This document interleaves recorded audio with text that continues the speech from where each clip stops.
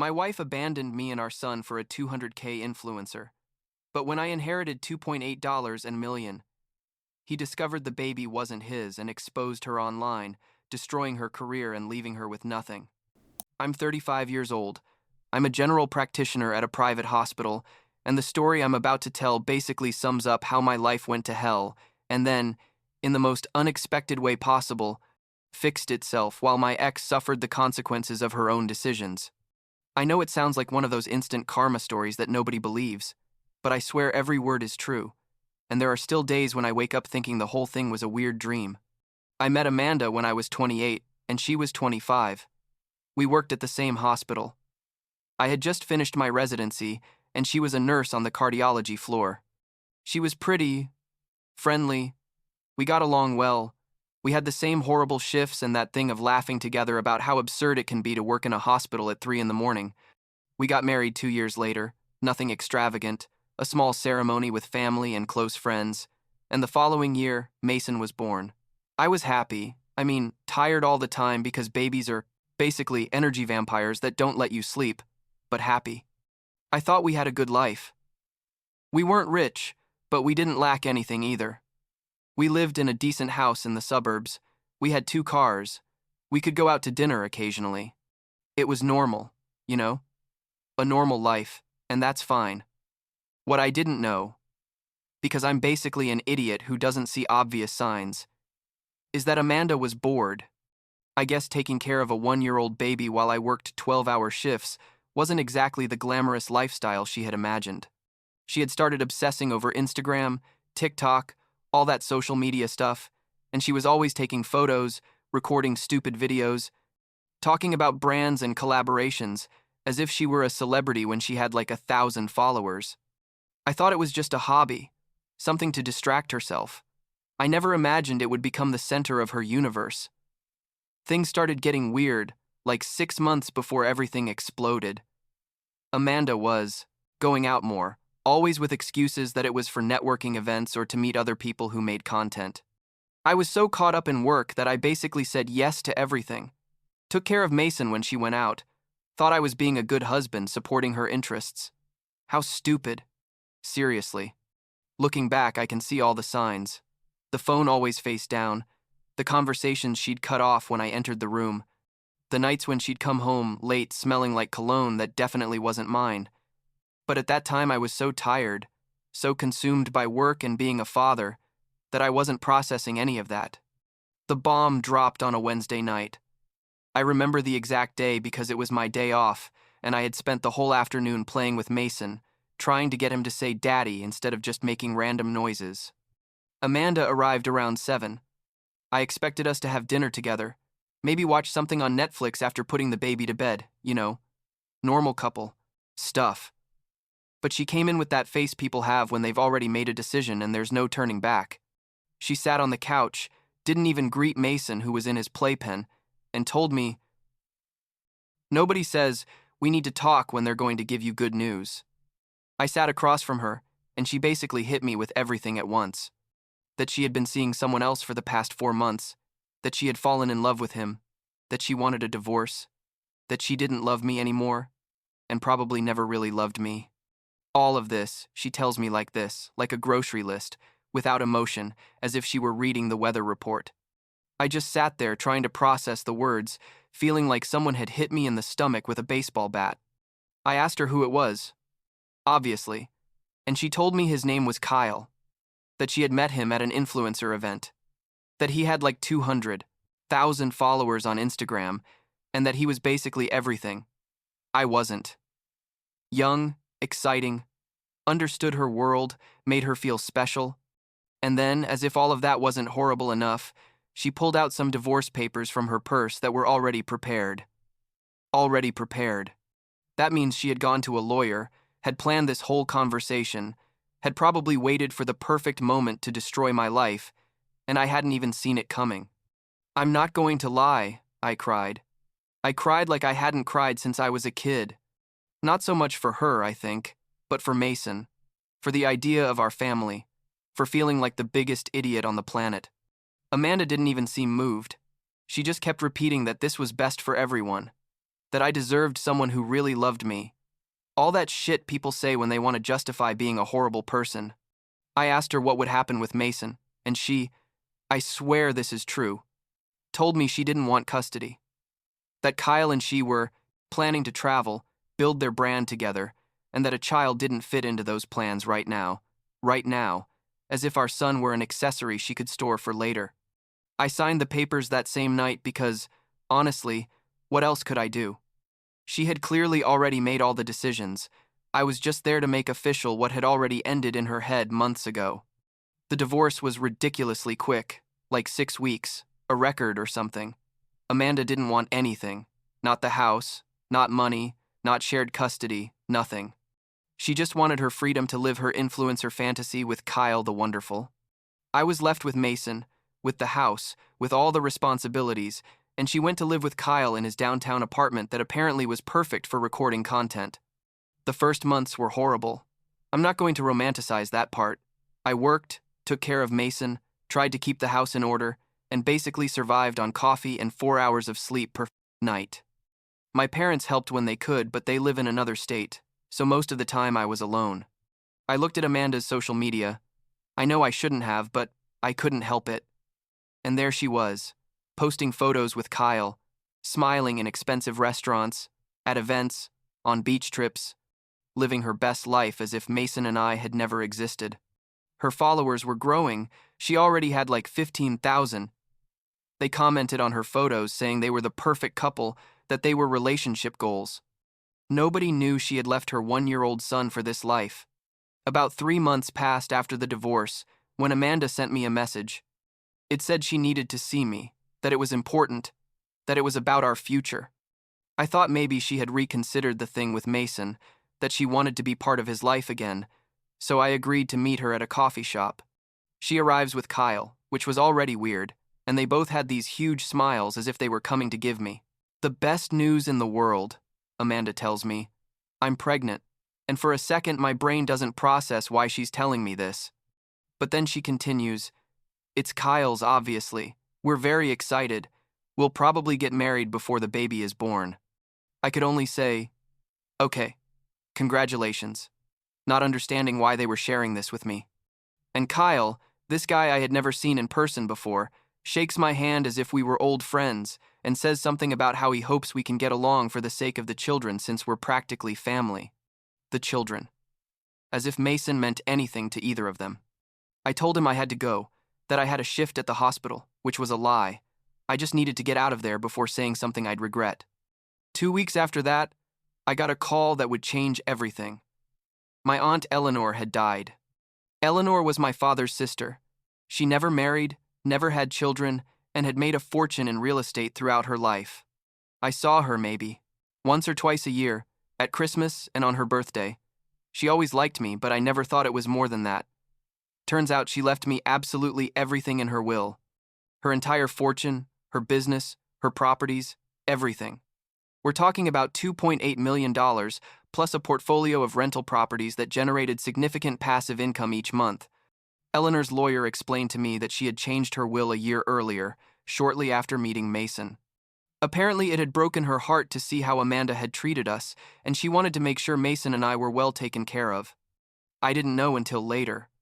But Eleanor had hired a private investigator to document Amanda's infidelity, not for the divorce because by then it was already signed, but for her own records. She had photos, messages, everything. She was ready to testify if Amanda ever tried to ask for custody or money. My aunt had been a lioness, protecting us. Even when I didn't know I needed protection, I didn't tell anyone about the money at first. I hired an accountant, a financial advisor, put everything in order, kept working because I like being a doctor and didn't want that to change. I changed some things, like hired a full-time nanny for Mason, bought a new car because mine had like 150,000 miles, but nothing ostentatious. I didn't post anything on social media, didn't tell Amanda, basically acted as if nothing had changed. And then, like 4 months after the pregnancy announcement, Amanda shows up at my door on a Saturday morning. She was super pregnant, like 7 or 8 months, and she looked bad. Red eyes, messy hair, wearing sweatpants and a hoodie instead of the perfect Instagram clothes she always wore. She asks me if she can come in, that she needs to talk to me alone, and I, like an idiot, let her in. Mason is with the nanny in his room, so we sit in the living room. What she tells me is absolutely insane. Turns out things with Kyle weren't going well. That he was controlling, that he yelled a lot, that he didn't like her talking about her pregnancy on social media because it affected his image, that he had told her that maybe having a baby had been a mistake, that he wasn't ready to be a father. And then Amanda drops this on me, almost crying, saying she made the biggest mistake of her life leaving me, that I was good, stable, that I was a great father to Mason, and that she needed a favor. The favor was that when the baby was born, I would say it was mine. That I would put it on my birth certificate as my child, give it my last name, basically assume paternity of a child that wasn't even mine. Her plan was to divorce Kyle at some point after the birth, come back to me, and live as a happy family, where I would raise Kyle's child as if it were mine. She tells me this, completely serious, as if it were a reasonable idea and not the most ridiculous and insulting thing anyone had ever asked me. I asked her why the hell I would do something like that, and she starts with this whole story about how Kyle doesn't have real money, that everything is loans and appearances, that he's in debt up to his neck, that he can't support her and the baby. That I, on the other hand, have a stable job, good house, am a good father, and that for the baby's sake she needed to be with me. She didn't even mention Mason, didn't ask how he was, nothing. She only cared about securing a provider for her new baby. I looked at her sitting there, manipulative and desperate, and something in me broke. All the sadness and pain I had felt for months turned into pure rage. I told her to get out of my house, that she was completely crazy if she thought I would help her after what she had done to me. She started crying, begging, saying she had nowhere to go, that her parents were furious with her, that Kyle would kick her out if she didn't find a solution. And I just told her, that's your problem, not mine. Now get out of my house. She left, crying, and I stood there feeling weird, like half satisfied that I had told her no, half worried because, I don't know. I guess I still had that instinct to want to help people, even when they didn't deserve it. But then I remembered Mason playing in his room, happy and healthy because I had been there for him when his mother abandoned him, and the guilt completely disappeared. That night I did something that was probably petty, but I don't regret it. I looked up Kyle on Instagram, found his email in his contact profile for collaborations, and sent him a message. I told him everything. That Amanda had come to my house, what she had asked me, how her plan was to make me claim her baby as mine, and eventually leave Kyle when it suited her. I attached screenshots of our messages where she basically admitted everything because she had kept sending me pleading texts after leaving my house. I told him he could do whatever he wanted with the information, but that I thought he deserved to know the truth. Kyle responded like 2 hours later. A long message where he basically apologized for everything, said he didn't know Amanda had left a child, that she had told him the divorce was because I was abusive and controlling, that she had lied to him about basically everything since they met, that he was going to confront her that same night, and that he appreciated me telling him the truth. I just responded, "Good luck with that," and put down my phone. What happened next? I know, because Amanda herself told me weeks later, in another desperate attempt to contact me. Kyle confronted her that night with everything. She obviously tried to deny it, but he had the screenshots, the proof. He told her he wanted nothing to do with her or the baby, to cancel the engagement because there was no relationship anymore. He let her stay in the apartment until the baby was born because, and this is verbatim according to Amanda, "I'm not the monster you are." But after that, he wanted her to disappear from his life. Amanda had the baby like a month later, a girl. Kyle was at the birth because apparently he has more sense of responsibility than Amanda, signed the birth certificate, did a paternity test that confirmed she was his daughter, and then basically told Amanda he was going to exercise his rights as a father but didn't want any kind of romantic or friendship relationship with her. He arranged shared custody with lawyers, everything legal and proper, and then blocked Amanda from absolutely everything. And here's where the story gets even more satisfying. Amanda had been posting her whole pregnancy on social media, right? All her followers thought she and Kyle were this perfect couple waiting for their baby. But when people started noticing that Kyle had deleted all the photos with her, that he no longer followed her, that he hadn't posted anything about the baby's birth, they started asking questions. And someone, I don't know who, started exposing the whole truth in the comments of her photos. That Amanda had left her previous child, that she had cheated on her husband, that she had tried to manipulate her ex to claim a baby that wasn't his. Her followers turned against her brutally. They canceled her. That's what they call it now, right? Her photos filled with horrible comments. She lost sponsors. Brands that had worked with her posted that they were cutting all ties. Her account went from 30,000 followers to like 5,000 in a week, and those 5,000 only stayed to keep criticizing her. Her dream of being an influencer died in real time in front of the entire internet. Amanda had to move back in with her parents, which apparently was humiliating because her parents had warned her about leaving Mason, about going off with Kyle, about everything. They were willing to help her with the baby, but made it clear they expected her to get a job, contribute to the house, and stop dreaming about being internet famous. Kyle has the baby like 3 days a week, has his parents helping him, and according to his social media, he's doing well. He's a present dad. Amanda, on the other hand, basically disappeared from social media completely. A few months after the birth, Amanda called me. I had already changed my number, but apparently she got the new one from someone at the hospital where we used to work. She tells me she's been thinking a lot, that she made horrible mistakes, that if there's any chance we could try again, that she misses Mason, that she wants to be part of his life again, that we could be a family. She even mentioned something about how we could have more children together in the future. I laughed. I literally laughed on the phone. I told her I had no interest in resuming anything with her, that Mason was better off without a mother who had abandoned him so easily, and to please not contact me again. She started crying, saying I was cruel, that I didn't understand what she had been through, and I simply hung up. I blocked her, from my new number too. Now I have a good life, really good. Mason is almost 4 years old.